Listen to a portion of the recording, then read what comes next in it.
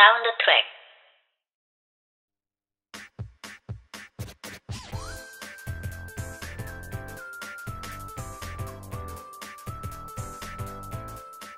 안녕하세요.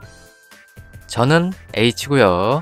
여러분이 듣고 계신 이 라디오 방송은 사운드 트랙입니다. 자, 제 6회로 인사를 드리게 되었습니다. 그리고 더불어서 2019년 신년이 밝았습니다. 그간 안녕히 잘 지내셨는지 모르겠네요. 물론 이 정보 뒷북이죠. 명백한 뒷북입니다. 아마 이 라디오가 올라갈 때쯤이면은 2019년 새해가 밝은 지 한 몇 주 됐을 때죠. 참 뒷북도 이런 뒷북이 없는 것 같은데, 그래도 뭐 이야기를 안 하고 넘어갈 수는 없습니다. 그래서 굳이 말씀을 드리는 점 이해해 주시길 바라겠고요. 그리고 또 한 가지의 쾌쾌 묵은 정보. 이번 2019년이 또 황금 돼지의 해라고 하더라고요. 이미 뭐 워낙에 언론이라던가 방송에서 떠들어댄 내용이기 때문에 뭐 하나도 신선할 리가 없는 정보이지만은 우리 마음속에 다 그런 생각은 가지고 있잖아요. 황금 돼지의 해니까 이번 연도에 뭐 애를 낳던지 아니면 뭔가 사업을 한다던가 혹은 특수한 운으로 재물을 좀 모을 수 있지 않을까, 이런 생각을 많이 하시는 것 같더라고요. 물론 저도 마찬가지이기 때문에 이 의미가 꽤나 깊게 느껴지고 또 생각을 하게 되는 측면이 있는데요. 여러분들에게도 어찌 되었던 간에 좋은 기운, 복, 이런 것들 충만하시라는 의미에서 굳이 한번 언급을 해봤습니다. 그리고 뭐 이러니 해도 좀 이런 거 기운 받아서 재물 좀 얻고 이러면은 참 즐겁지 않겠어요? 피차 누구에게나 다 잃을 것 없는 내용이기 때문에 말씀을 드리는 것이 옳다고 생각해서 오프닝으로 장식을 해봤습니다. 자, 그러면 여기까지만. 이상한 소리들은 그만하도록 하고요. 본격적으로 사운드 트랙의 간판 코너로 넘어가서 다양한 이야기들 해보면 좋겠네요. 그러면 곧바로 다시 찾아뵙도록 하겠습니다.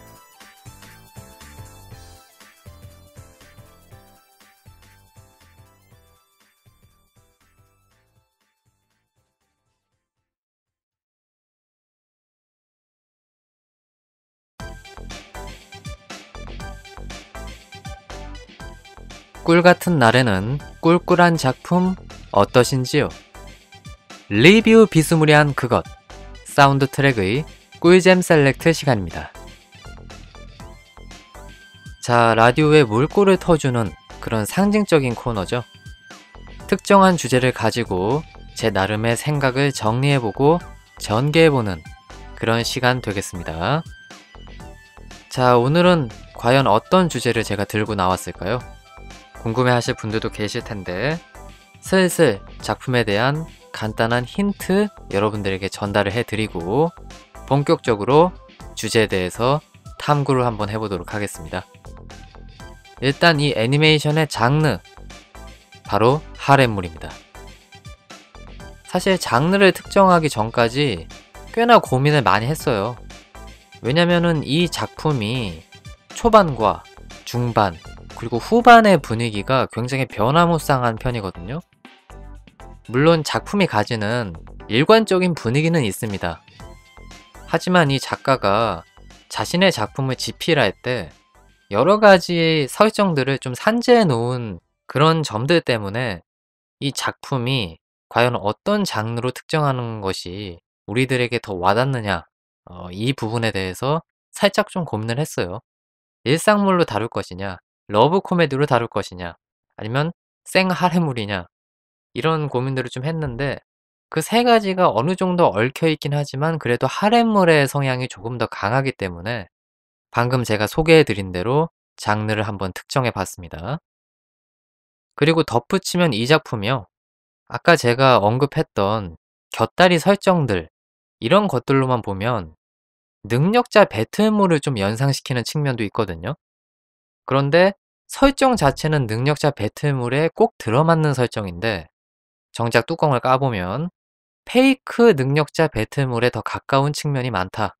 그러한 부분들이 많이 보이기 때문에 이 작품을 혹시나 이러한 장르로 오해해서 입문하신 분들도 생길 수 있겠구나.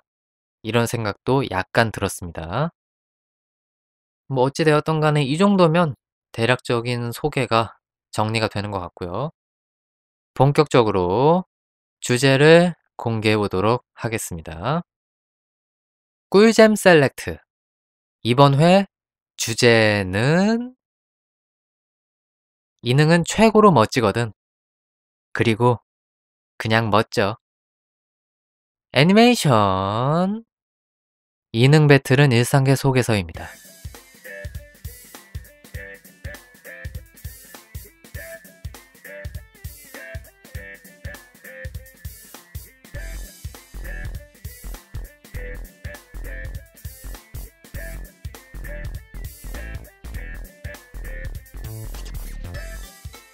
안도 주라이를 포함해 문예부에 속한 5명은 반년 전 터무니없는 능력에 눈을 떴다.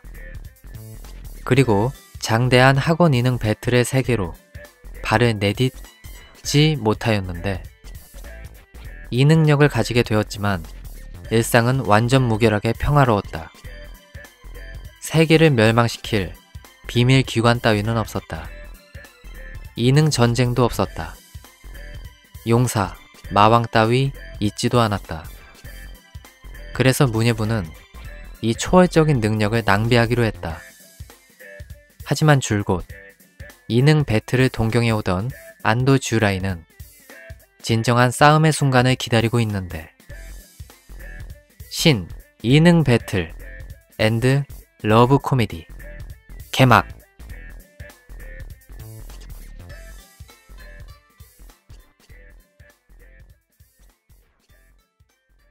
킬라킬로 명성을 떨친 애니메이션 제작사 트리거의 두 번째 작품이죠. 애니메이션에서 희화화의 대상이 되는 중2병을 앓고 있는 그런 캐릭터들을 굉장히 영리하게 활용한 작품이라는 생각이 들었습니다. 왜냐하면 그간 우리들이 계속 접해왔던 애니메이션 속의 중2병이라는 캐릭터들은 현실과 망상을 혼동하는 모습들, 그리고 본인이 동경하는 설정이 망상에만 그쳐있을 뿐이지 실제로 힘을 가지고 있지 않다는 그런 측면들을 가지고 있는 캐릭터들이었거든요. 근데 이 작품에서 등장하는 중2병이라고 하는 캐릭터는 공과 사, 그러니까 장난을 쳐야 되는 부분과 쳐야 되지 않는 부분, 중2병이 등장해도 자연스러운 부분과 자연스럽지 않은 부분을 명백하게 구별할 줄 아는 그런 캐릭터로 등장하는 점이 일단 첫 번째로 눈에 띄었고, 그 다음에 실제 중2병을 보유하고 있는 그런 캐릭터들에게 이 능력을 쥐어줘 보면 과연 어떻게 될까? 이러한 생각을 실제 애니메이션이라던가 자신의 작품상에 녹여낸 작가와 제작진들, 그 사람들의 생각이 상당히 재미있게 다가왔어요. 그래서 우리들이 흔히 머릿속으로 연상하게 되는 일반적인 중2병 캐릭터들과 혹은 그것을 활용한 설정의 작품들, 이런 작품들과 상당히 다른 맥락을 가지게 된 굉장히 재미있고 독특한 느낌을 풍기는 작품이 되었다. 이런 말씀을 드릴 수가 있을 것 같습니다.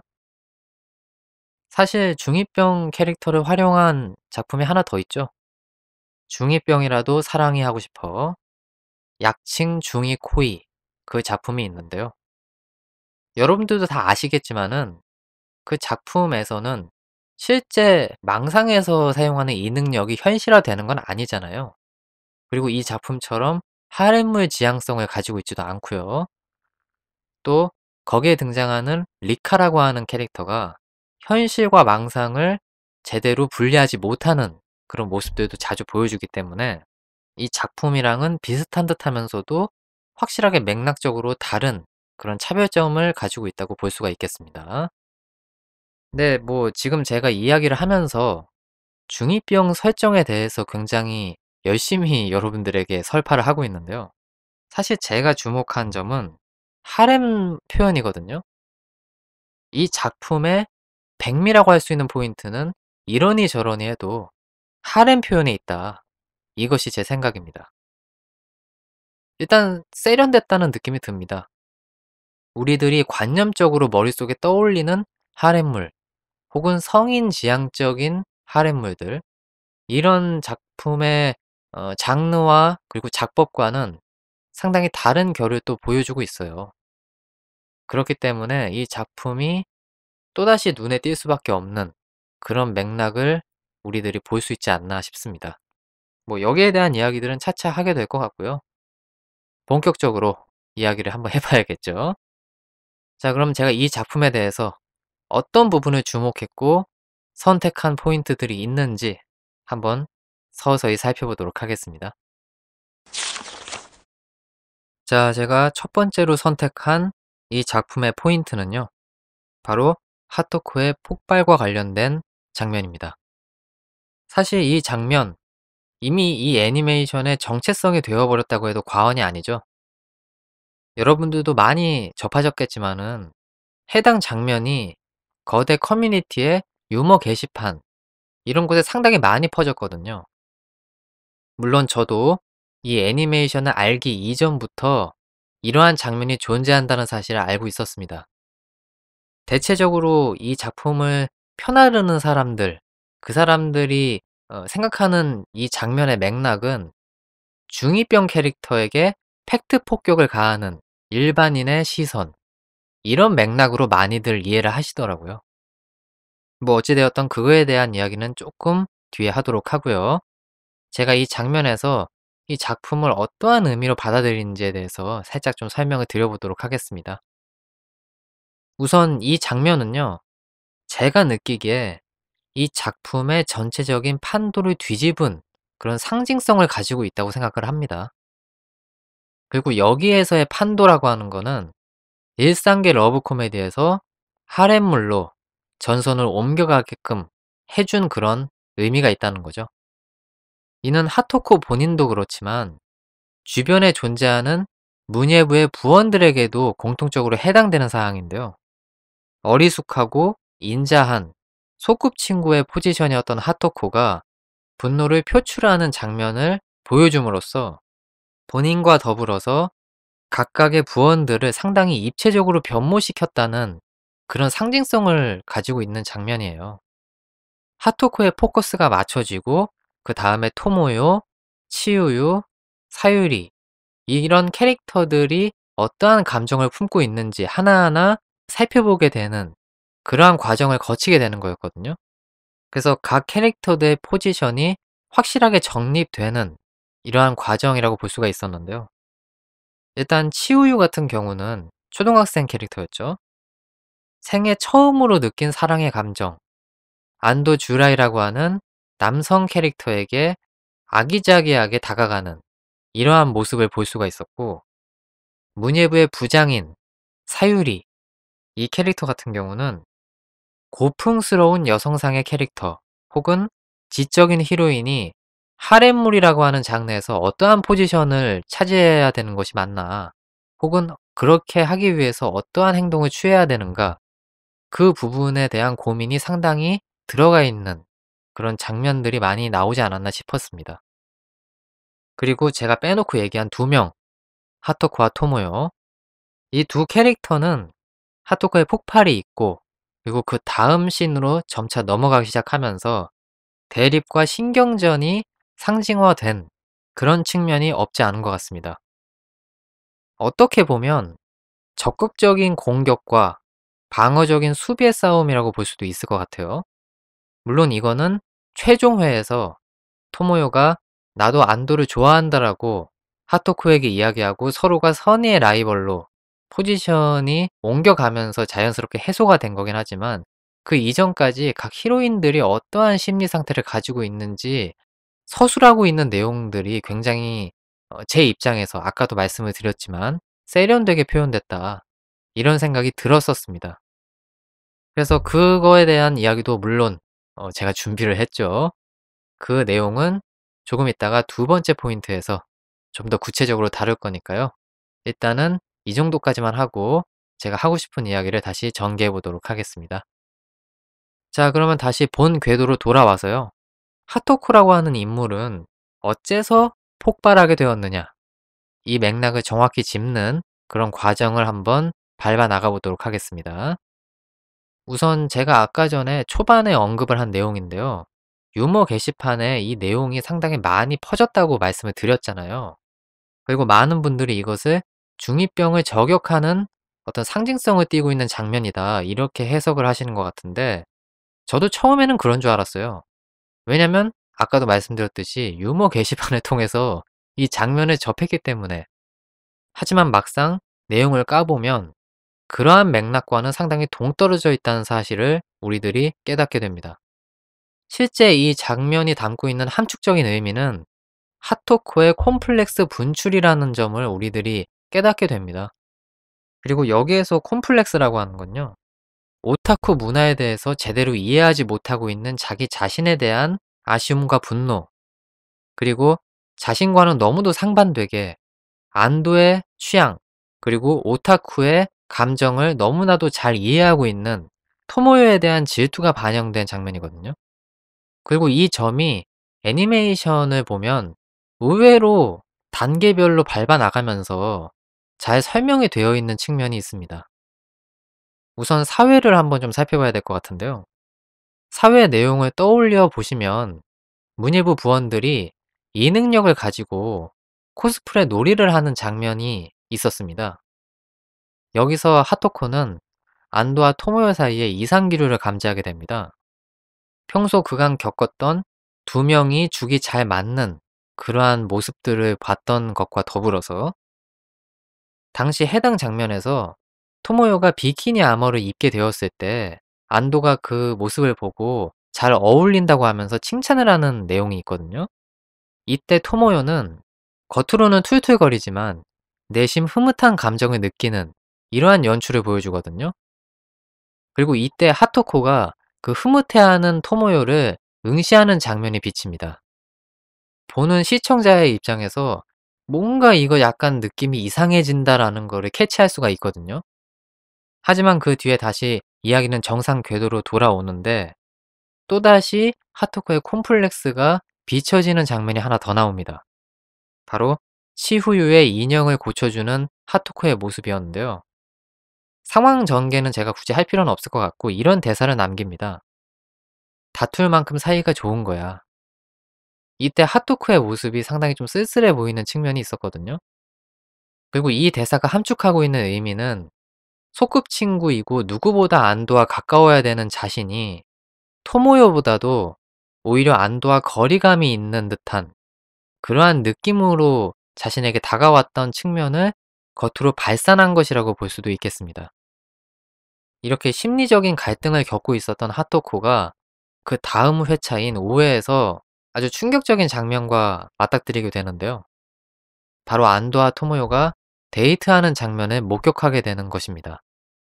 뭐 사실은 토모요가 라이트롭의 작가를 지망하고 있고 이 사실을 안도에게 들켰기 때문에, 그리고 토모요가 라이트롭의 작가로서 성과를 내었기 때문에 그 비밀을 유일하게 알고 있던 안도가 휴일에 둘이 만나서 축하의 시간을 가진 거였거든요. 근데 그 맥락을 당연히 알 리가 없는 하토코는 그 부분에 대해서 충격을 받을 수밖에 없죠. 그리고 안도에게 비밀을 들킨 토모요 때문에 상대적으로 하토코가 소외되는 모습들이 많이 나왔거든요. 같이 하교를 하고 싶었는데 토모요와 여러 가지 이야기를 하다 보니까 안도가 제 시간에 내려오지 못했고 혼자 집으로 가게 되는 이러한 장면들. 그래서 이때 하토코는 상당히 감정의 골이 깊어졌을 거라고 우리들이 예상을 할 수 있죠. 이러한 과정을 밟아 나가면서 하토코는 드디어 폭발을 하게 되는 것입니다. 그것이 바로 제 7회죠.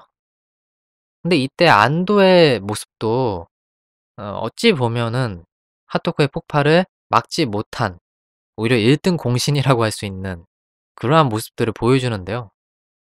하토코가 안도에게 무슨 일이 있었느냐, 토모요가 뭐라고 했느냐, 어떤 대화를 나누었느냐, 이런 거에 대해서 궁금해할 때 안도는 어차피 하토코는 중2병이라던가 만화적인 설정에 대해서 이해를 하지 못한다는 그런 선입견을 가지고 있었기 때문에, 물론 뭐 선입견이라고 하기보다는 어느 정도 사실에 기반한 내용이었죠.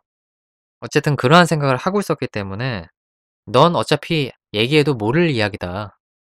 그리고 과거에도 하토코에게 라이트 노벨을 추천했을 때 하토코가 그 내용을 너무 어려워하고 무슨 내용인지 알지를 못하니까 '역시 이해하지 못하나.' 하면서 독백을 하는 그런 내용이 있었죠. 과거와 현재가 겹쳐 보이면서 하토코가 폭발을 하게 되는 거죠. 폭발하면서 굉장히 다양한 이야기를 했죠. 뭐 레퀴엠이라든가 블러드, 슈레딩거의 고양이, 괴테, 다루지 못하는 힘이라든가 뭐 그런 만화상에서 굉장히 흔하게 쓰이는 작법들을 가지고 하나하나 조목조목 반박 그리고 공격을 하게 됩니다. 그리고 그 내용이 굉장히 구체적이라는 것이 보는 사람 입장에서 사실 소름을 끼치게 하는 내용이거든요.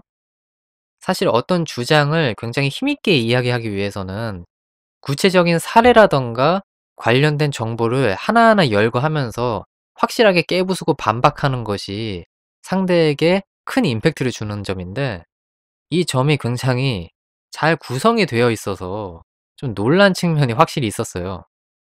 그리고 더불어서 많은 분들이 이것을 하토코가 안도를 이해하기 위해서 굉장히 고군분투한 흔적이다. 이렇게 또 평하시는 내용들을 많이 봤거든요. 그래서 저도 그 맥락에 대해서 확실하게 동의하게 되는 측면도 있습니다. 뭐 어찌 되었든 간에 이때 하토코가 보여줬던 폭발의 의미는 사실 마지막에 이야기했던 맥락에서 우리들이 유추할 수 있는데요. 이런 이야기를 합니다. 자기 말로 이야기해 줘. 부탁이니 내가 알 만한 말로 이야기를 해 줘. 그러니까 이게 하토코의 본심이라고 볼 수 있겠습니다. 나는 안도의 이야기를 이해하지 못한다. 그 부분이 너무 괴롭다. 내가 널 이해하기 위해서 알 수 있는 이야기로 나에게 전달해 줄 순 없겠니? 저는 그런 맥락으로 이걸 이해했었기 때문에 이 캐릭터가 오히려 안쓰럽게 느껴지더라고요. 음, 뭐 어쨌든 하토코가 어떤 의미에서 그러한 명장면을 만들어내었는지 이야기를 살짝 해 드렸는데요. 뭐 제가 너무 여러 가지 이야기를 하다 보니까 제대로 전달을 잘 했는지 모르겠습니다. 사실 지금 얘기하면서도 제가 무슨 얘기하고 있는 건지 조금 이제 뒤숭숭한 측면이 좀 있는 것 같은데요. 어찌 되었건 너무나도 큰 임팩트를 가진 장면이니까 여러분들도 익히 아실 거라는 생각도 들고 여기에 대한 감상이 굳이 저만의 감상이 아니라 다른 사람들도 다 공감할 법한 그런 내용이라는 점에서 굳이 언급을 하고 넘어가 봅니다. 자, 제가 선택한 두 번째 포인트입니다. 제가 미리 예고했던 대로 두 번째 포인트는 이 작품의 하렘물로서의 특징, 그것에 대해서 좀 언급을 해 보도록 하겠습니다. 일단 뭐 계속 앞서 얘기했던 것들을 깔아 놓고 이야기할 수밖에 없는데요. 7회 이후로 하렘물로서의 선명성이 상당히 부각이 되었죠. 본격적으로 하렘 전선에 돌입하는 것이 바로 7회 이후라는 뜻인데 사실 2 회에서도 하렘의 향기가 조금 물씬 나는 그런 표현들이 있었습니다. 바로 쿠도 미레이라고 하는 작중 주인공들과 마찬가지로 갑자기 이 능력을 얻게 된 문예부의 동료라고 할 수 있는 학생 회장 캐릭터입니다. 이 캐릭터가 안도의 편지를 오해하게 되면서 안도에게 맹목적으로 다가가게 되는 그러한 모습을 보여주거든요. 그런데 여기서 부원들이 상당히 안도와 쿠도 미레이라고 하는 캐릭터 사이에 어떤 애정 행각이라던가 사귀냐 안 사귀냐 이 부분을 상당히 신경 쓰는 모습을 보여줘요. 실제로 미레이가 안도를 부실까지 데려다 줄 때 그 모습을 지켜보면서 상당히 의식하는 장면을 보여주기도 하고요. 아 그때 그 장면이 근데 정말 좀 귀엽기도 하고 웃기기도 하더라고요.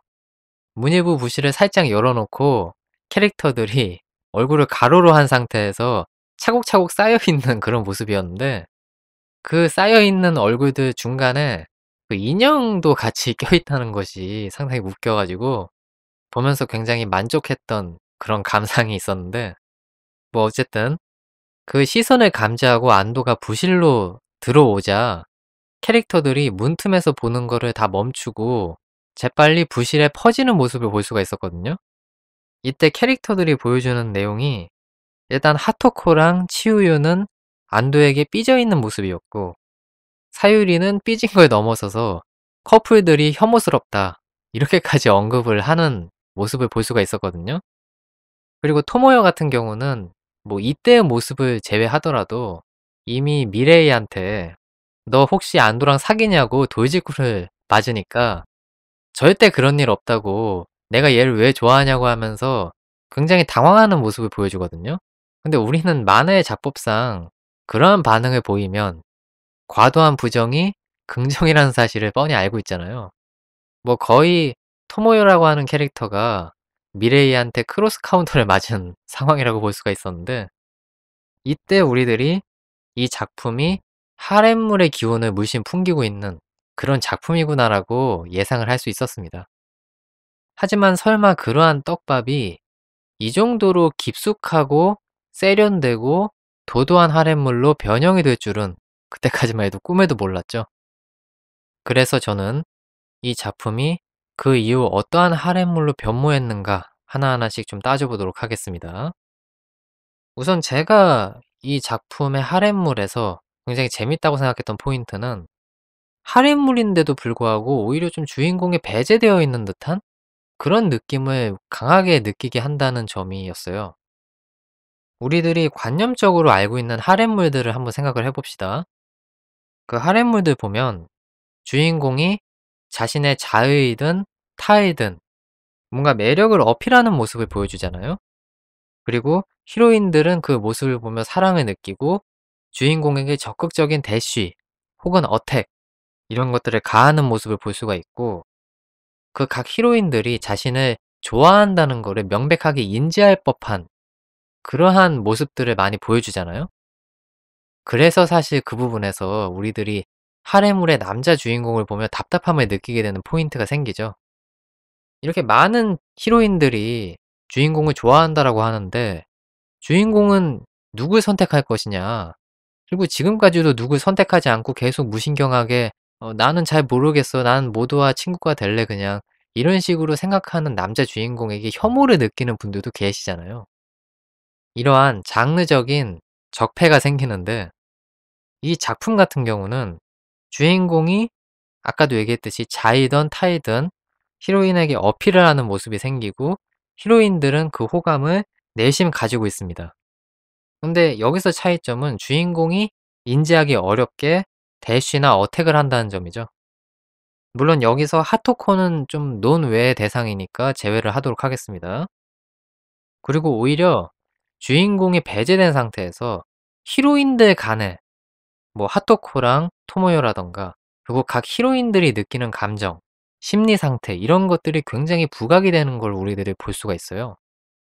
그래서 거기에 대한 예를 좀 들어야 될 텐데, 우선 주인공이 하렘물의 전선에서 빠져 있다는 느낌, 그걸 강하게 느꼈던 포인트가 뭐였냐면은 하토코랑 토모요가 단도직입적인 대화를 나눴던 장면, 바로 9회 내용인데요. 이거는 제가 좀 이따 설명을 하겠는데, 이 장면이 있고 나서 바로 주인공의 모습을 비춰주거든요. 근데 주인공 땡볕 아래에서 뻘소리를 하면서 '이제 곧 여름방학이구나.'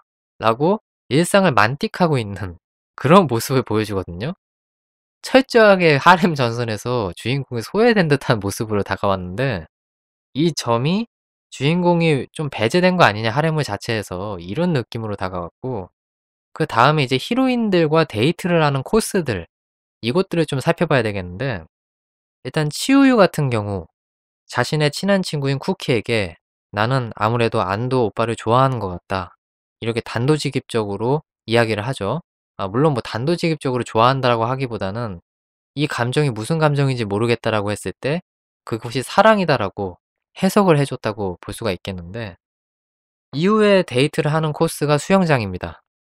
근데 이때 보여줬던 모습은 어떤 애정 행각의 범위 혹은 치유유가 적극적으로 안도에게 대시를 하는 듯한 느낌으로 전개되는 것이 아니라 그냥 친한 오빠와 수영장에 놀러 온 것 같은 그런 느낌이 물씬 풍기거든요. 그러니까 이 점이 그냥 심리적인 호감으로만 드러나 있는 거죠. 제3자인 우리들에게. 그리고 동일한 장소에서 데이트를 했던 한 명이 더 있습니다. 바로 사유리죠. 사유리 같은 경우는 이때 당시의 심리가 사가미라고 하는 캐릭터였나요? 본인이 독자라는 식으로 언급을 했던 남자 캐릭터가 있었는데 이 캐릭터의 꿰매 넘어가서 수영장에 놀러 가게 된 거였죠. 그래서 안도와 시간을 보내는 그런 과정들이 거치는데 역시나 이때도 주인공이 인지를 할 법하게 이 캐릭터가 대시를 하는 내용이 별로 그다지 나오지 않습니다. 저는 이 점이 굉장히 중요한 포인트라고 생각하거든요. 이때 당시에 부각되는 거는 안도가 부각되는 게 아니라 사감이라고 했던 아까 그 캐릭터 그리고 사유리 이 두 명밖에 부각이 안 됐어요. 오히려 안도 같은 경우는 그냥 부실에서 친하게 지내는 부장님이랑 뭔가 좀 스케줄이 꼬이고 한 명이 약속을 취소해서 어쩔 수 없이 둘이서 놀러 온 듯한 이런 느낌으로 전개가 되었기 때문에 역시나 이것이 적극적인 히로인의 어택이다라고 느낄 법한 부분은 아니라고 생각됐습니다. 그리고 아까 제가 논의 대상이라고 했던 하토코. 이 캐릭터는 해수욕장에 가족 단위로 놀러 와서 안도에게 꽤나 노골적인 대시를 하거든요. 근데 안도는 여기에 대해서 인지를 못하는데 이거는 조금 미묘한 포인트라고 저는 보지만 당시에 해수욕장에서 놀았던 에피소드의 전반적인 내용이라든가 함축되고 있는 의미는 사실 하토코가 안도에게 애정 행각을 보이고 이 두 명이 사귀어야 된다라고 하는 그런 식의 맥락이 아니라 하토코와 토모요의 전선, 거기서 생기는 갈등이라든가 이런 부분을 해소하는 측면의 에피소드였다고 보는 것이 맞겠죠. 그리고 오히려 안도와 함께 시간을 보내면서 하토코가 마음속에 허전함을 더 느끼게 만드는 측면도 있었다고 봅니다. 아직도 기억에 나는 장면이 밤하늘을 둘이 같이 보면서 나만은 안도를 주군이라고 불러도 되냐고 하토코가 얘기를 하거든요. 그러면서 계속 되뇌입니다, 혼자. 주군, 주군, 주군. 근데 맨 마지막에 이야기하는 주군이라는 대사가 상당히 쓸쓸한 느낌으로 다가오거든요. 그러니까 오히려 이 부분에 있어서는 소꿉친구라고 하는 포지션의 메리트가 상당히 떨어지는 이런 효과를 내는 것이라고도 해석할 수 있을 것 같습니다. 그리고 마지막으로 토모요죠. 토모요는 사실 안도와 수영장에서 데이트를 하고 싶어 했지만 하토코의 가족과 안도의 가족이 해수욕장에 놀러 간다는 사실을 알게 되고 혼자 수영장에 가면서 좀 쓸쓸한 시간을 보냅니다. 근데 이때 당시에 토모요의 모습을 이상하게 여겼던 안도가 축제에 같이 놀러 갈 걸 제의를 하죠.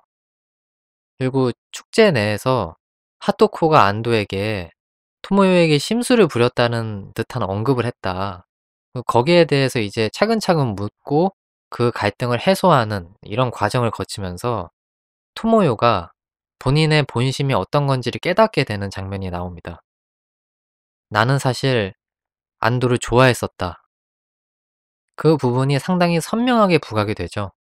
그래서 사실 이 축제 에피소드도 토모요의 입장에서 안도에게 적극적으로 대시한 에피소드라고 표현하기는 조금 미묘합니다. 이러한 증거 자료들을 제시해 봅니다. 그러니까 이런 부분에 있어서 히로인들도 아직까지는 주인공이 인지할 법하게 강한 대시를 하고 있지는 않다라고 하는 거죠. 근데 이게 이 작품의 전체적인 정체성이 맞는 건지 아니면 애니화가 너무 라이트 노벨 초반에만 집중되어 있기 때문에 뒤에 그 아수라장 같은 하렘물의 본질이 드러나지 않았기 때문에 제가 이걸 신선하게 느끼는 건지는 잘 모르겠어요. 하지만 적어도 애니메이션상에서 표현된 내용은 이러한 맥락이었기 때문에 제가 괜찮게 느꼈다는 점을 이 자리를 빌어서 말씀을 드립니다. 그리고 이제 두 번째 포인트 언급을 할 때가 된 것 같습니다. 제가 이 작품의 할렘물에 어 느꼈던 어떤 독특한 점 두 번째 포인트는요. 하토코와 토모요의 신경전입니다. 제가 아까 첫 번째 파트에서 살짝 언급을 하긴 했어요.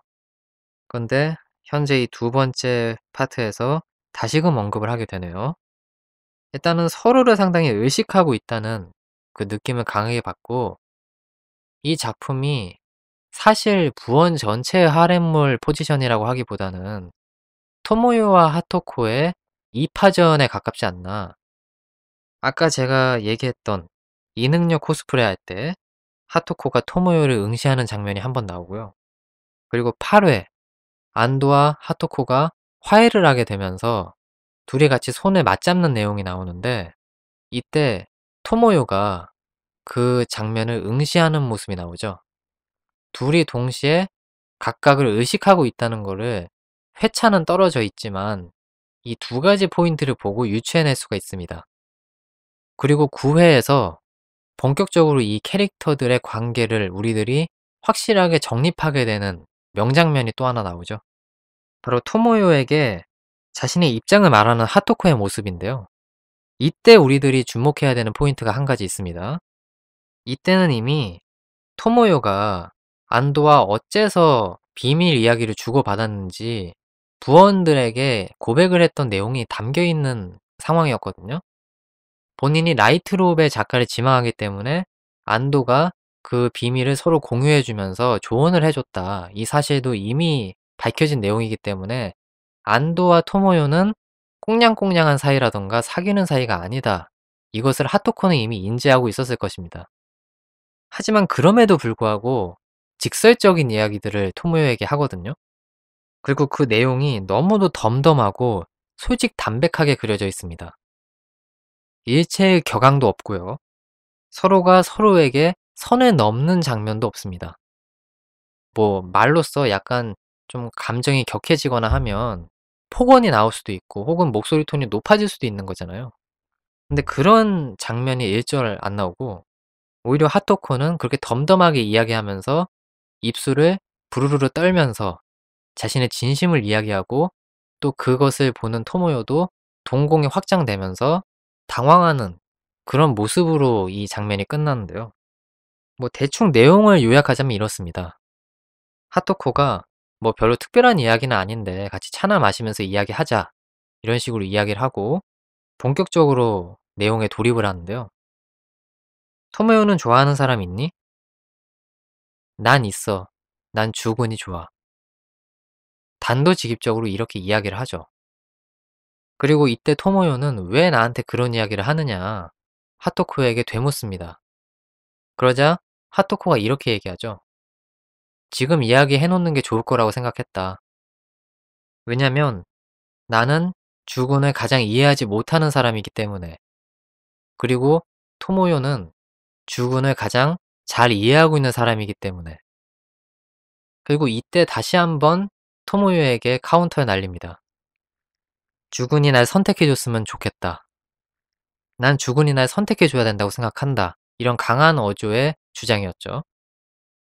그리고 다시 한번 토모요에게 묻습니다. 토모요는 주군을 좋아하니?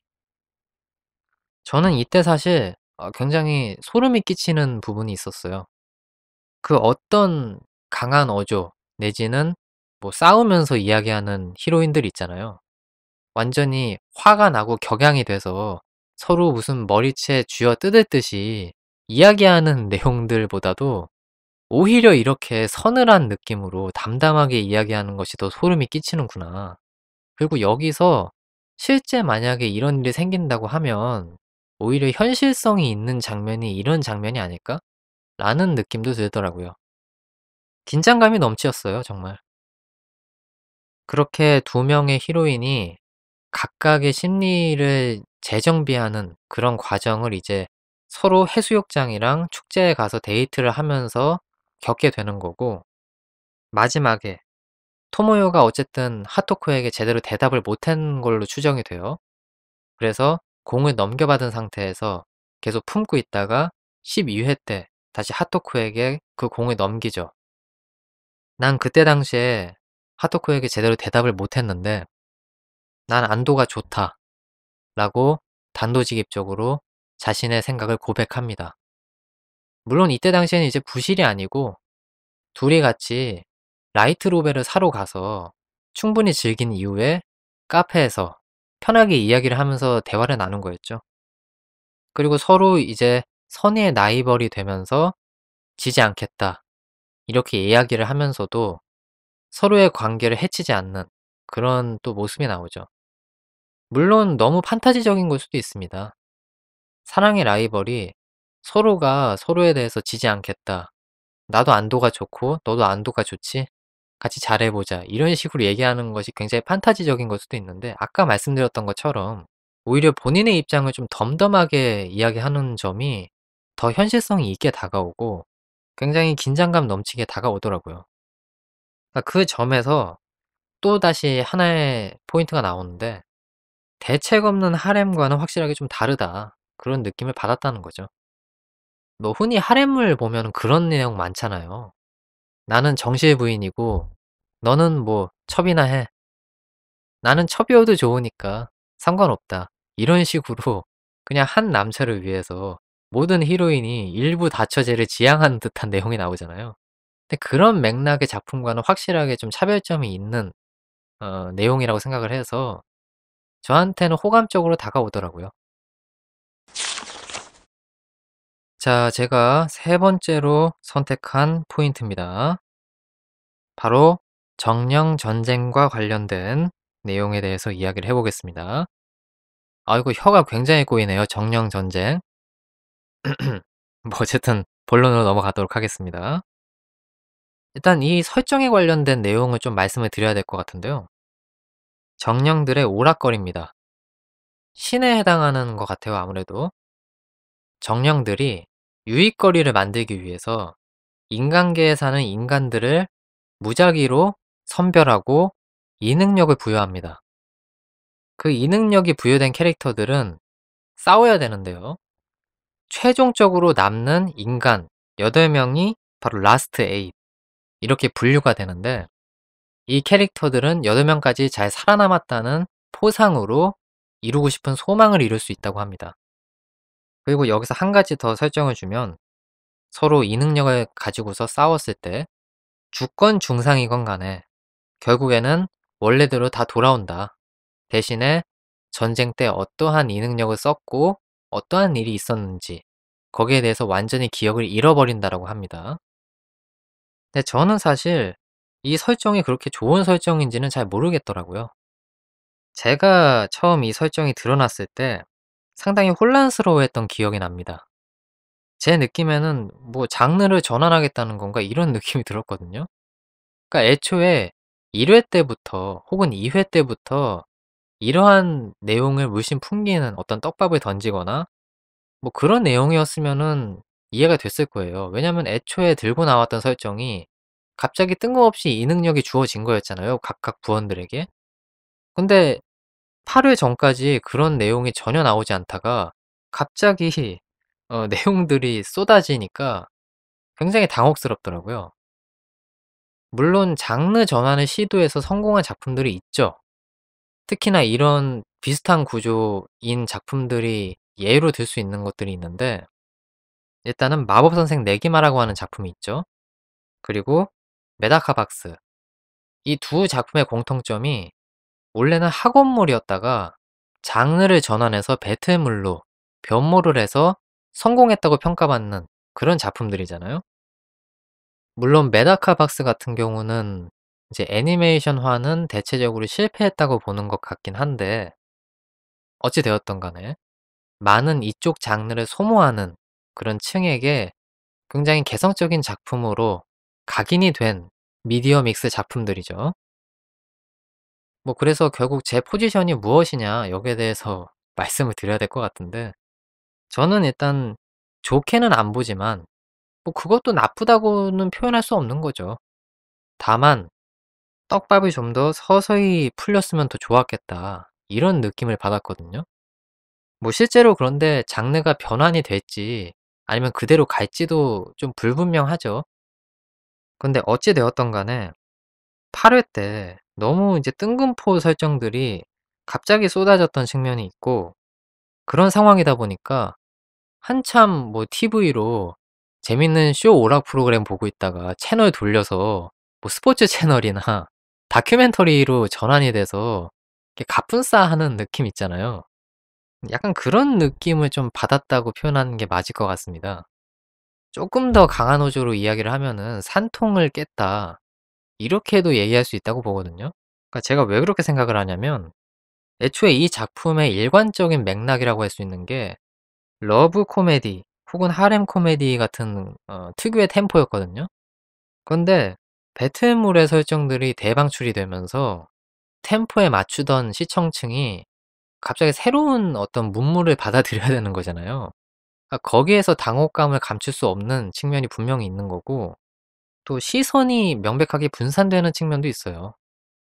갑자기 신캐릭터들이 대거 등장한다든가 주인공 일행에게는 없는 정령인 리티아가 나온다든가 혹은 F 이런 설정들이 그냥 갑자기 장르 전환 뭐 이런 걸 떠나서 너무 맥락 없이 등장을 하니까 '이거를 과연 우리들이 어떻게 받아들여야 되는 건가.' 그런 느낌을 좀 받았던 것 같아요. 그리고 더불어서 주인공들이 그 옆에 뭐 캐릭터 설정들 이런 것들이 추가되면서 뒤처진 것 같은 느낌. 주인공들이 '이거 지금 제대로 가는 거 맞나?' 문예부에서 이 능력 낭비하면서 놀고 있는 거잖아요. 그러니까 이게 '괜찮게 가고 있는 건가?' 이렇게 보는 사람에게 뭔가 좀 고개를 갸우뚱하게 만드는 측면도 있었고 당시 8 회에 등장했던 어떤 세력이라든가 캐릭터들이 선역인지 악역인지가 불분명하게 그려지는 측면도 있어서 좀 당혹스러웠던 것 같습니다. 그래서 저는 뭐 정리하자면은 이 캐릭터에 대한 설정들이 풀리는 과정이 조금 더 슬로우하게 조금 더 서서히 풀려나가면서 보는 사람들이 그 템포를 쫓아갈 수 있게끔 이야기하는 것이 좀 더 바람직하지 않았을까 이런 생각을 가지고 있었거든요. 뭐 제가 그냥 너무 이 작품을 편하게 보고 있다가 갑자기 당해서 그런 건진 모르겠지만 다른 분들 시선도 좀 궁금하긴 하네요. 근데 대체적으로 다른 분들도 저 부분은 좀 뜬금없이 느끼신 분들이 많은 것 같았어요. 그래서 저도 그런 이야기를 하게 되네요. 근데 뭐 이러한 신캐릭터의 대거 등장, 설정들의 대거 등장 이런 부분들 사이에서 키류 하지메라고 하는 캐릭터가 상당히 눈에 띄었거든요. 작중에 등장하는 토모요의 오빠라고 하는 설정이죠. 이복 오빠. 근데 역시 이 캐릭터도 조력자인지 흑막인지 정확히 파악할 수 없는 그런 애매한 모습들을 많이 보이는데 제가 느끼기에는 아무래도 흑막이라고 하기보다는 조력자의 가능성이 높아 보였다. 말씀을 드릴 수 있을 것 같아요. 일단은 뭐 어찌 되었든 간에 토모요 오빠라고 하니까 그리고 캐릭터들에게 굉장히 막대한 영향을 끼치거든요. 심리적으로나 가치관에 대한 영향을 막대하게 끼치는 캐릭터이기 때문에 이 점이 긍정적으로 저는 작용을 했다고 보고 '이 캐릭터는 그래도 선역의 가능성이 높지 않을까.' 이런 식으로 접했습니다. 이 캐릭터가 영향을 끼친 작중 주인공 일행들만 간추려 봐도 일단 안도, 하토코, 토모요 이렇게 3 명이거든요. 일단 안도에게는 중2병이라고 하는 정의에 대해서 굉장히 알기 쉽게 설명을 해 줍니다. 중2병은 자기 긍정과 자기 부정의 모순이 만들어낸 산물 같은 거다. 뭐 이런 식으로 이야기를 했던 것 같아요. 그리고 하토코에게 인간의 행복이라고 하는 것은 선택받는 것에 있다. 그리고 실제로 하토코가 그 이후에 "나는 주군에게 선택받길 원한다." 계속 이런 이야기를 되뇌이고 각인하면서 말하는 측면들이 보이거든요. 그리고 또 한 가지 토모요에게 남겼던 이야기는 "모든 것은 결과부터다. 우선 결과가 있고 인간은 그 결과에 맞추기 위해서 과정을 뒤에 만드는 것이다." 이런 식으로 이야기를 했던 것들을 또다시 토모요도 계속 되뇌이는 모습을 볼 수가 있죠. 결국 제가 아까 전에 말씀드렸던 것처럼 주연 캐릭터의 심리, 사고방식에 굉장히 막대한 영향을 끼치고 있다는 거, 이 점을 우리들이 배제할 수 없다고 봅니다. 뭐 그래서 쭉 정령 전쟁이라고 하는 설정에 대해서 말씀을 드려 봤는데요. 뭐 제 어조를 보시면은 대충 눈치를 채실 수 있겠지만 저는 이러한 설정들이 너무 남발되는 것이 좀 피곤하게 느껴지더라고요. 그래서 개인적인 제 바람은 전체적인 작품의 분위기를 보면은 사실 시리어스한 내용이랑은 좀 결이 다르잖아요. 그래서 그냥 맥거핀으로 남았으면 좀 좋지 않았을까 하는 생각이 드는데 뭐 이미 작품은 완결이 났다고 들었어요. 다만 저는 이제 애니메이션으로만 봤기 때문에 이 작품이 초지일관 할렘물의 구도를 따르고 있느냐 아니면 이능력자 배틀물로 변환이 되었느냐 이 점을 제가 알 수는 없죠. 하지만 저는 적어도 작품의 기본적인 분위기가 해치는 그런 선택은 작가가 하지 않았으면 좋았겠다라는 생각을 가지고 있습니다. 뭐 이런 이야기 해도 소용이 없는 건 없는 건데 왜냐면은 제 취향일 뿐이니까요. 다른 분들의 취향이라는 것과 상당히 괴리감이 또 있을 거니까요. 그냥 제 개인의 굉장히 주관적인 감상이라고 생각을 해 주시고 들어 주셨으면 감사하겠다. 그런 마음입니다. 자 그러면은 여기서 꿀잼 셀렉트 기나긴 여정 마치도록 하겠고요. 바로 다음 코너로 찾아뵙도록 하겠습니다.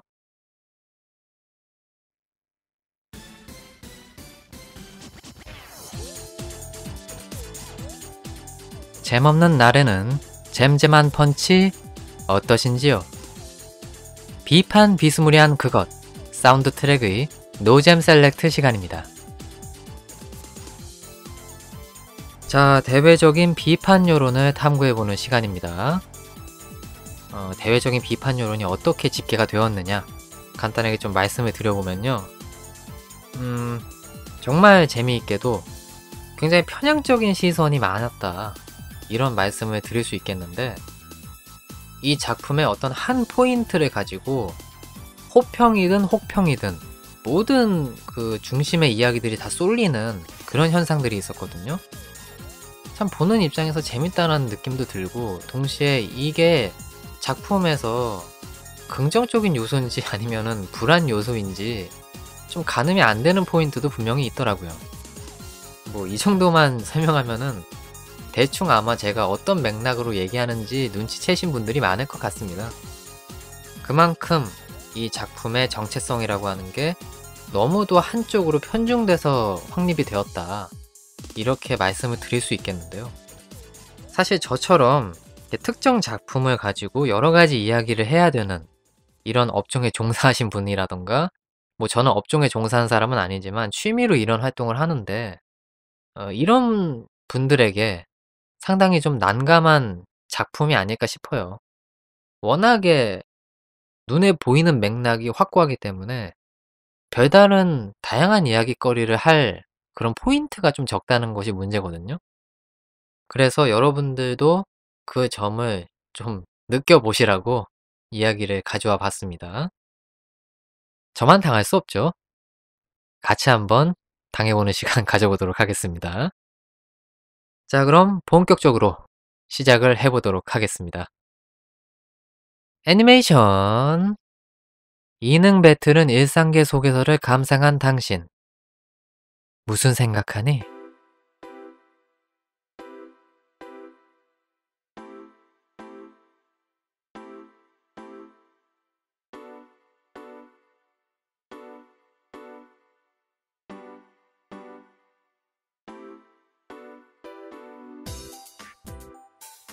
하토코 빼면 남는 게 뭐여?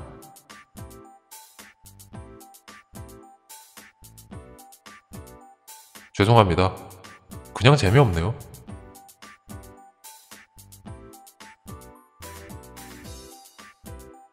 으아! 회장님 내놔.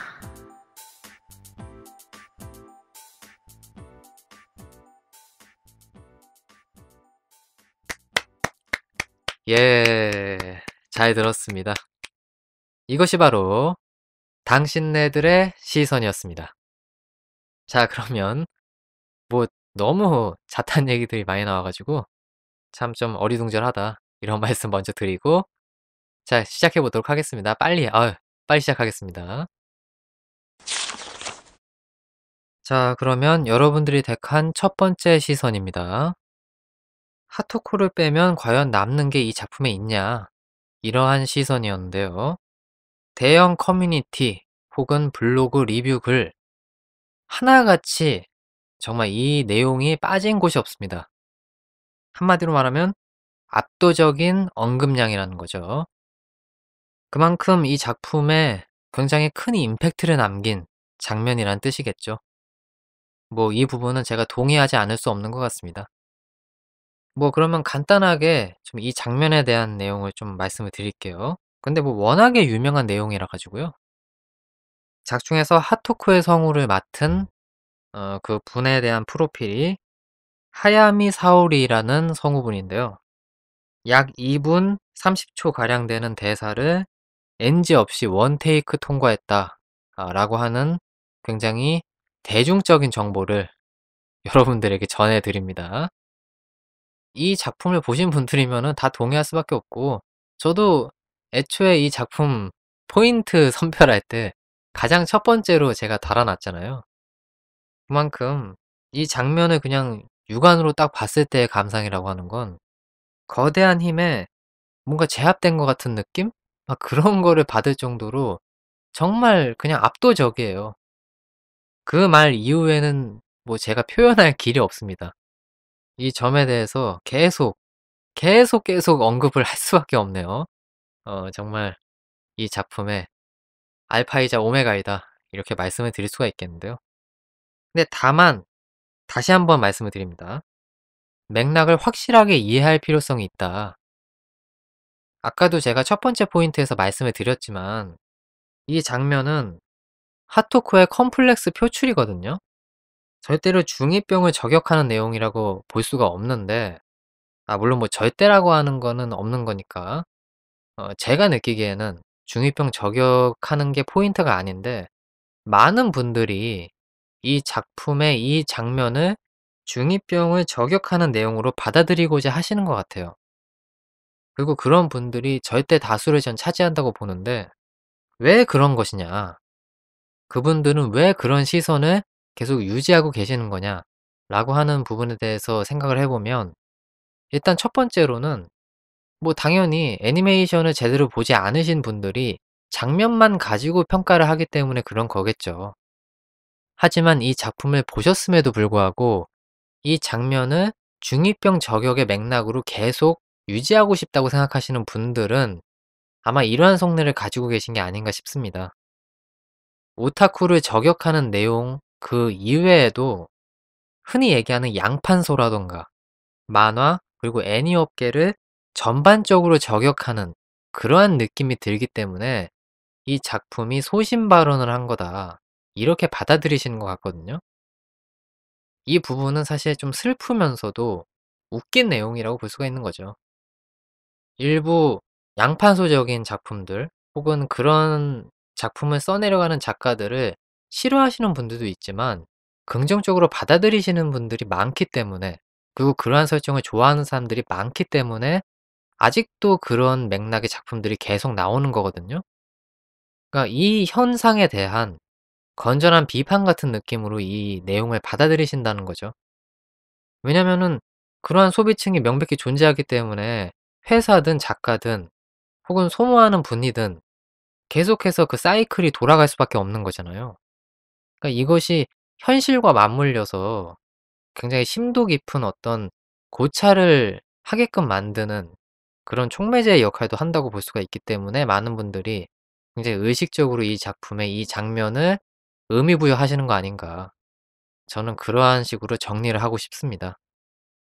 뭐 계속 같은 얘기 하고 있는데요.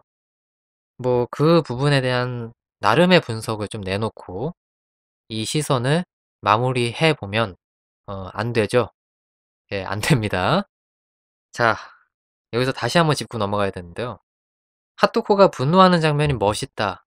이러한 맥락으로 제가 이 시선을 선택한 것이 아니죠. 다시 질문으로 넘어갑니다. 하토코 빼면 남는 게 뭐냐? 이러한 맥락이잖아요. 이게 무엇을 의미하냐면은 이 장면을 제외하면 이 작품에 있어서 기억에 남는 내용이 하나도 없다.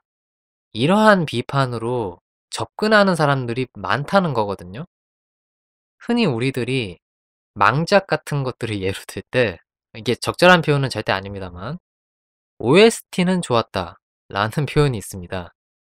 스토리던 배우의 연기든 다 건질 게 없는 작품이었는데도 불구하고 음악 감독의 고군분투, OST는 굉장히 잘 뽑혔다. 이런 의미의 인터넷 밈이라고 할 수가 있거든요. 근데 이 작품도 그러한 맥락으로 가는 것이 아니냐. 저는 개인적으로 이능 배틀은 일상계 속에서 이 작품 굉장히 재미있게 봤거든요. 근데 그럼에도 불구하고 제가 다시 돌이켜서 이 작품의 기억에 남는 걸 떠올려 봐라라고 하면 역시나 하토코밖에 안 남습니다. 이거는 문제일 수도 있고 긍정적인 측면일 수도 있거든요. 양날의 검의 포지션이라고 볼 수가 있겠는데 이 점이 굉장히 좀 아쉬움을 남기는 포인트인가 아닌가 하는 생각이 들었어요. 이 작품의 모든 컷신들을 다 잡아먹는 블랙홀 같은 역할로 이 장면이 길이길이 남는 것 같아서 상당히 아쉽다는 생각이 듭니다. 그래서 이 점에 대해서 언급을 하고 싶었고 저도 어쨌든 간에 하트코 빼면 남는 게 별로 없다. 이 부분에 대해서 소심하게 동의를 하면서 눈물을 머금으면서 동의를 소심하게 할 수밖에 없다는 점을 말씀을 드리면서 넘어가야 될 것 같습니다. 정말 이 부분이 좀 아쉬워요. 조금 더 우리들에게 임팩트 있는 작품으로 다가올 수도 있고 여러 가지 명장면을 많이 남길 수 있는 작품이었음에도 불구하고 그게 잘 안 된 것 같다 하는 그런 생각이 들었습니다. 자, 두 번째 시선입니다. 그냥 재미없다. 눈에 띄는 시선들이어서 어쩔 수 없이 가져왔습니다. 뭐 첫 번째 시선과 어느 정도 연결되는 맥락이 있죠. 제가 이 시선을 가져오게 된 배경이요. 작품과 관련된 게시물들을 이렇게 훑어보고 있었는데 뜨문뜨문 노잼이라는 댓글이 굉장히 눈에 띄는 거예요. 그래서 실제로 이 작품을 굉장히 재미없게 생각하시는 분들이 많나? 이런 생각이 들어서 구글에 이렇게 쳐봤습니다. 이능 배틀 노잼 이렇게 검색을 해봤는데 생각보다 관련 게시물들이 꽤 보여요. 그래서 이거 실제로 별로 재미없다고 느끼신 분들이 많나 보다. 이런 생각이 들어서 한번 가져와 봤고, 그럼 왜 그분들이 그렇게 느끼셨을까? 좀 살펴보는 시간을 가져보고 싶었거든요. 뭐 여러분들이 어떻게 느끼실지 모르겠지만 제 나름대로의 생각을 차근차근히 좀 전개해 나가보도록 하겠습니다.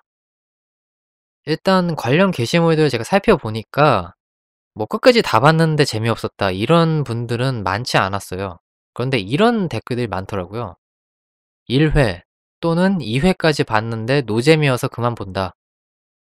이런 패턴의 댓글들이 종종 보이더라고요. 그래서 왜 이런 시각이 있을까 좀 궁금했는데 거기에 대한 원인이 제가 생각할 때는 이렇습니다. 아무래도 트리거가 킬 라 킬 이후에 낸 두 번째 작품이었잖아요. 보는 사람들에게는 기대감이라던가 그런 심리들이 반영되어 있었을 것이고 아무래도 오타쿠층에서는 일단 킬 라 킬로 성공한 믿고 보는 회사 이런 시각이 있었기 때문에 장르를 불문하고 트리거 두 번째 작품이라니까 한번 감상을 해 보자. 이렇게 달려들었던 분들도 계셨을 것이라고 생각합니다. 그런데 일단 킬 라 킬이랑은 명백하게 계열이 다른 작품이고 배틀물인 줄 알았는데 러브 코미디 내지는 하렘물이었잖아요. 거기에서 일단 떨어져 나가신 분들이 계셨을 것이다. 장르적인 어떤 비소비층들이 분명히 있었을 것이고 그것이 반영된 결과가 여기서 나온 것이 아니냐 하는 생각이 들었습니다. 그리고 조금 이제 다른 맥락으로 한번 살펴볼게요. 아까 전에 말씀을 드렸지만 1회, 2회까지 보고서 이 작품을 그만 본다라고 하셨던 분들이 꽤 있었다고 했잖아요. 그래서 1회, 2회를 좀 뜯어보면요. 1회는 배틀물의 설정이 상당히 강화되는 그런 측면이 있는 회차였습니다. 그런데 2회는 1회의 맥락이랑 180도 반전이 돼서 학원 러브 코미디? 약간 그런 느낌의 전개를 보여주거든요. 그러니까 쉽게 얘기하면 너무 장르가 변화무쌍하게 느껴지잖아요. 보는 사람의 입장에서는. 그렇기 때문에 아마도 난잡함을 느끼신 분이라던가 장르에 일관성이 없다. 이런 생각이 드셨던 분들이 감상을 포기하셨을 가능성도 높겠다. 이런 느낌적인 느낌이 또 들기도 하더라고요. 뭐 아니면 그냥 심플하게 생각해서 '작품 자체의 연출이 엉망이었다.'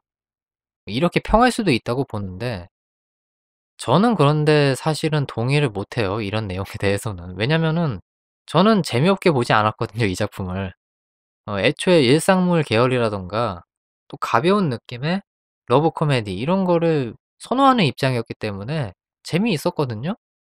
긍정적인 느낌으로 봤는데, 그런 입장인 제가 이 작품의 연출이 뭐 엉망이라더니 그런 식의 심도 깊은 비판을 할 수 있을 리가 없지 않겠습니까? 결국에는 뭐 수박 겉핥기로 끝나는 건데, 8회 빼고는 재밌게 봤어요. 너무 이제 정보의 홍수, 설정의 홍수였기 때문에 적응이 안 됐었다. 이런 말씀을 좀 드렸었고, 어쨌든 제 생각과는 별개로 이 작품, 그러니까 순수한 의도로 재미없다. 이렇게 평하시는 분들도 꽤 존재했던 것 같습니다. 뭐 판매량 측에서 봤을 때 일단 실패한 작품인 거는 명백하거든요. 그래서 뭐 2 기는 당연히 나올 건덕지가 없고, 이 작품도 조용히 완결이 났고 이런 상황이다 보니까 어찌 보면 노잼이라고 평가하시는 그분들의 시선이 굉장히 정확한 걸 수도 있겠네요. 자, 마지막 시선입니다. "회장님이 너무 좋아요." 이 의견도 굉장히 드문드문 많이 보이는 의견이었어요. 작중의 회장님, 쿠도 미레이라고 하는 캐릭터가 2 회에서 주인공인 안도 주라이에게 아주 맹목적인 애정을 쏟는 모습을 볼 수가 있거든요. 물론 이제 오해에서 비롯된 것이었지만은, 오타쿠들이 과연 메가데레에 대해서 어떠한 시선을 보여주고 있느냐, 이거를 단편적으로 확인할 수 있는 그런 사례가 아닌가 싶습니다. 개인적으로 그런데 저도 굉장히 좋았어요. 그러니까 저도 뭐 오타쿠의 시선에 충실하다고 볼 수가 있는 거겠죠? 근데 너무 좋았던 것과는 별개로 등장이 적어서 '아, 이 캐릭터는 메인 히로인으로서는 역시 안 되는 건가?' 그런 아쉬움을 좀 품고 작품을 떠나보냈던 것 같습니다. 뭐 어찌 되었든 간에 이 캐릭터가 굉장히 좋았던 이유는 사랑에 빠진 소녀의 모습이 너무나도 알콩달콩 아기자기하고 화끈하게 그려져 있는 측면이 있었고, 자신의 의사 표현을 확실하게 하는 이러한 여성상이 저 같은 오타쿠들에게는 굉장히 끌릴 수밖에 없는 부분인 거거든요. 왜냐면 현실에서 그런 사람들을 맞닥뜨릴 수 없기 때문에. 한마디로 말해서 판타지적인 캐릭터이니까 거기에 대해서 긍정적인 시선을 보낼 수밖에 없다는 거죠. 이 얘기를 하다 보니까 갑자기 그 TV 예능 프로 하나가 생각이 나는데요. JTBC에서 했던 예능 프로였죠. 마녀사냥. 거기서 자주 이제 언급이 됐던 그 내용이 기억에 남는데, 고백받기를 기다리기보다는 오히려 역으로 호감 있는 사람한테 고백을 했을 시에 성공 확률이 높다. 당시에 이 대사는 이제 남자가 여성에게 고백하기를 기다리기보다는 여성이 남자에게 고백하는 경우가 오히려 성공 확률이 높다는 의미였는데, 사실 뭐 남녀를 떠나서 동시에 적용되는 내용이 아닌가 싶습니다. 물론 개인에 대한 호감이라는 것도 이 사람이 좋고 싫고의 어떤 중요한 맥락이고, 고백받는 사람에게 있어서도 그게 적용이 안 될 수가 없는 문제이겠지만, 어찌 되었든 간에 참 이 메가데르라고 하는 모의 요소가 여러모로 사람에게 느껴지게 되는 감정? 이런 것들이, 그러니까 이 미레이라고 하는 캐릭터에게서 그런 생각이 들었다 말씀을 드리는 거고요. 근데 이 캐릭터가 또 주목을 받을 수밖에 없다고 저는 생각하는 게, 작품 후기로 가면 갈수록 하렘물의 정석이라고 할 수 있는 히로인들이 적극적인 대쉬를 하는 그런 모습들이 많이 비치기보다는 심리적인 갈등, 이런 것들이 많이 그려지거든요. 혼자서 좋아하고 이 감정을 어떻게 표현해야 될지 고민하는 이러한 것들이 많이 비쳐서, 오히려 굉장히 클리셰적이기 짝이 없는 메가데르 캐릭터가 많은 사람들에게 각인되고 더 눈에 띄는 효과를 주지 않았나. 뭐 어찌 되었던 간에 괜히 뭐 첨언을 하면 할수록 자기 변호하는 느낌이고 메가델의 캐릭터에 대한 쓸데없는 애정만 과시하는 것 같아 가지고 어 이 정도로만 정리를 하고요. 자, 뭐 여러분들 재미있게 잘 들으셨는지 모르겠네요. 저는 그러면 엔딩에서 찾아뵙고 이번 회차 마무리하도록 하겠습니다.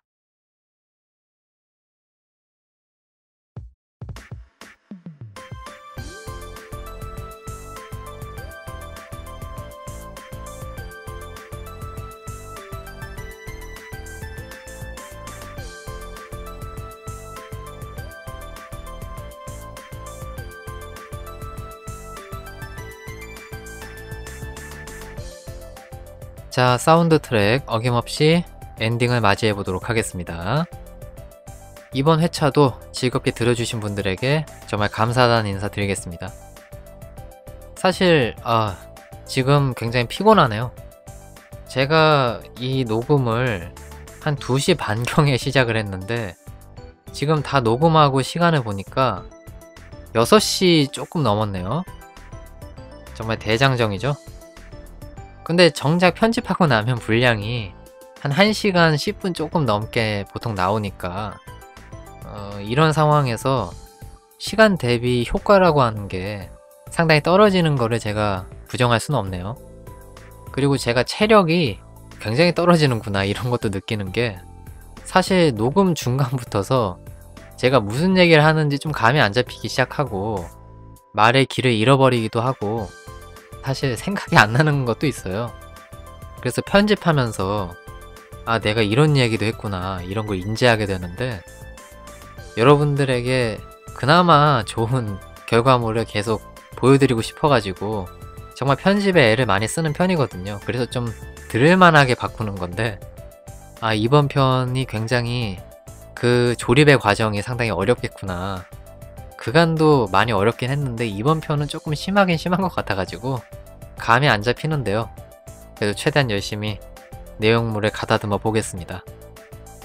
자, 그러면 여기서 대충 마쳐야 될 것 같고요. 다음에는요 들고 나오는 작품이 아마 좀 순수 코믹물을 들고 나올 것 같습니다. 지금까지 너무 일상물이라던가 좀 그런 계열의 편중된 애니메이션들 많이 들고 나왔거든요. 그러다 보니까 저도 장르적인 부분에서 약간 다양함을 줘야 된다는 느낌도 들고 이번에는 그간 제가 제대로 다루지 못했던 일상물에서 약간 벗어나 있는 코믹물을 들고 나오는 것도 괜찮지 않을까 이런 생각이 들어서 다음 회차는 제가 코믹물로 준비를 해봤습니다. 자세한 내용은 다음 회차 나오면은 감상할 수 있겠죠. 그때까지 부디 즐겁게 기다려주시길 바라겠습니다. 자, 그럼 정말로 저는 피곤해가지고요 여기서 마무리해야 될 것 같고 다음 회차는 더욱더 알차게 준비해 오도록 하겠습니다. 자, 그러면 좋은 하루 보내세요. 지금까지 사운드 트랙이었습니다.